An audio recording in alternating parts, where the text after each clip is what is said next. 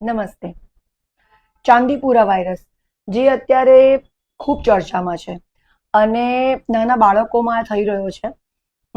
માખી અને મચ્છરના ફેલાવાથી આ વાયરસ થાય છે.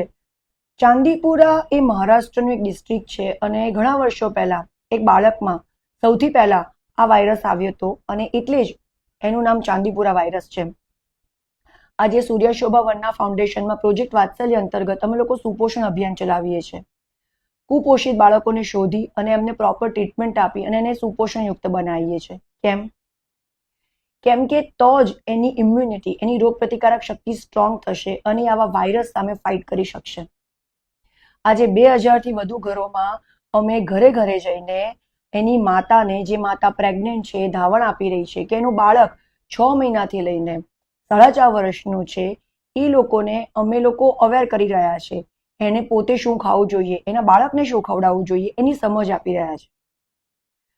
આપણે દરેકે કોરોનાના સમયમાં જોયું છે કે જેની ઇમ્યુનિટી સ્ટ્રોંગ છે એ લોકો કોરોના સામે સારી ફાઇટ આપી શક્યા છે. તો બાળક હોય, યંગ હોય કે ઘરડા હોય, અગર આપણી રોગ પ્રતિકારક શક્તિ સારી હશે તો આપણે કોઈ પણ વાયરસ સામે ફાઇટ આપી શકીશું. વાયરસ આવા પર આપણો કંટ્રોલ નથી, પણ આપણી રોગ પ્રતિકારક શક્તિ પર તો આપણો કંટ્રોલ છે, એ તો આપણે વધારી શકીએ છીએ.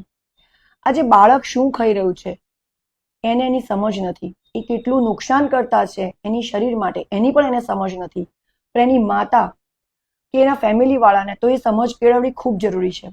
આજે અમે હંમેશા કહીએ છીએ કે જે કુપોષિત બાળક છે એ કેન્સર અને ટીબીનો શિકાર જલ્દી થઈ જાય છે અને વળી આવા વાયરસ સામે તો એ ફાઇટ પણ નથી આપી શકતું. ગુજરાતમાં આંકડો દિવસે ને દિવસે કુપોષિત બાળકોનો વધી રહ્યો છે, એટલે જ આવા વાયરસ સામે એક ગંભીર પરિસ્થિતિ સર્જાઈ જાય છે. અમે આજે સુપોષણયુક્ત કહેવાય ને કે આહાર આપવાની સમજ વસાહતોમાં આપી રહ્યા છે. એનું એક જ કારણ છે કે બાળકનું બ્રેન પ્રોપર ડેવલપ થાય અને એની રોગ પ્રતિકારક શક્તિ સ્ટ્રોંગ થાય તો એ આગળ જતા આવા કોઈ પણ વાયરસ સામે ફાઇટ આપી શકશે.